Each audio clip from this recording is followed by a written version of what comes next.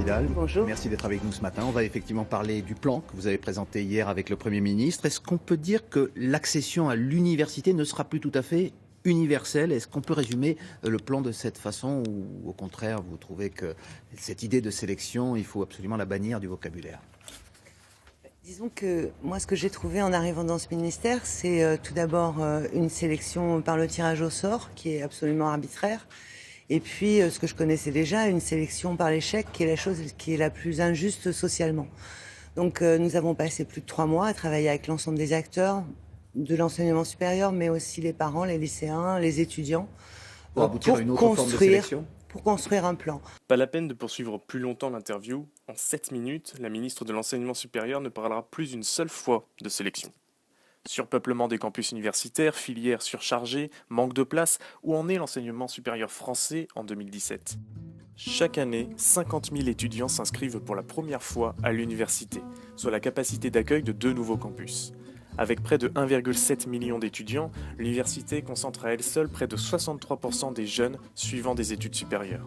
Ajouté au manque de moyens importants auxquels font face les universités, du fait d'un budget de l'enseignement supérieur ne servant en réalité que comme variable d'ajustement budgétaire afin de maintenir le déficit public français en dessous des 3% imposés par le traité budgétaire européen, le surpeuplement universitaire pèse sur la qualité et le confort des études pour tous. Mais au-delà des conséquences uniquement matérielles et pratiques, le diplôme universitaire en fait également les frais. Ainsi, la sociologue Marie Durubella parle dans son livre de l'inflation scolaire. Plus le nombre d'étudiants suivant une formation est important, plus vite le diplôme alors obtenu perd de sa valeur.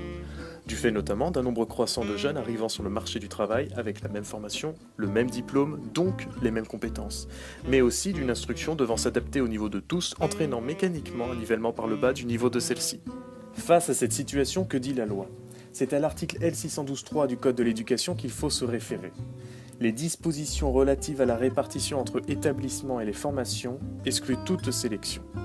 Ce même article justifie alors le refus des différents gouvernements de parler de sélection. Et pourtant, celle-ci existe. Elle s'applique de 3 manières différentes. Par tirage au sort.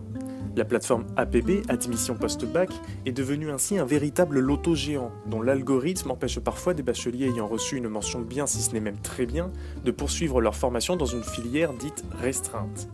La sélection se fait également par l'échec. Le refus de sélectionner les bacheliers méritants dès l'entrée en licence engendre un taux d'échec moyen de 60% dès la première année. Une année de perdu donc pour 60% d'étudiants.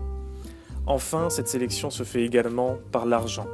Les diplômes et conditions d'études universitaires ne cessant de régresser, un nombre de plus en plus important de jeunes préfèrent à la précarité universitaire les écoles privées dont le prix de formation peut s'élever pour certaines à plus de 10 000 € par an. Alors entre nous, est-il encore raisonnable de faire de la sélection au mérite à l'université un tabou ? Pourquoi ne pas réfléchir dès maintenant à un ensemble de critères allant du concours au contrôle continu, de la lettre de motivation à l'entretien pour mettre en œuvre cette sélection ? Peut-être que certains apôtres de Bourdieu accuseront cette ambition de perpétuer la reproduction des élites. Mais, alors même que le mérite, la récompense de l'effort et de la volonté de l'élève, bref, la méritocratie, fondement de la République française, offre à tout un chacun des perspectives d'ascension sociale. N'est-ce pas au contraire le tirage au sort et la sélection par l'argent qui maintiennent les injustices et l'immobilisme social ? En effet, par la sélection au mérite, l'enfant d'ouvrier a tout autant de chances que l'enfant de PDG d'accéder à l'université. Et affirmer le contraire, c'est réduire ce même enfant à sa seule condition sociale, c'est nier automatiquement sans connaître ni l'élève ni son parcours scolaire ses capacités. Et puis quand bien même, l'université n'est fermée à aucun autre type de formation et n'a aucun intérêt à le devenir. Que faut-il alors préférer ? Les bons chiffres ? Les bonnes statistiques ? Un taux record de réussite à l'examen du baccalauréat et du nombre d'étudiants à l'université ? Ou l'épanouissement de l'élève dans la voie de son choix ? La sélection au mérite peut très bien et même doit s'accompagner d'un développement et d'une amélioration des filières technologiques et professionnelles. C'est cette même sélection qui permettra d'ouvrir un autre dossier, celui du développement des passerelles entre études courtes professionnalisantes et études longues universitaires. Alors, la sélection à la fac, on ouvre le dossier ?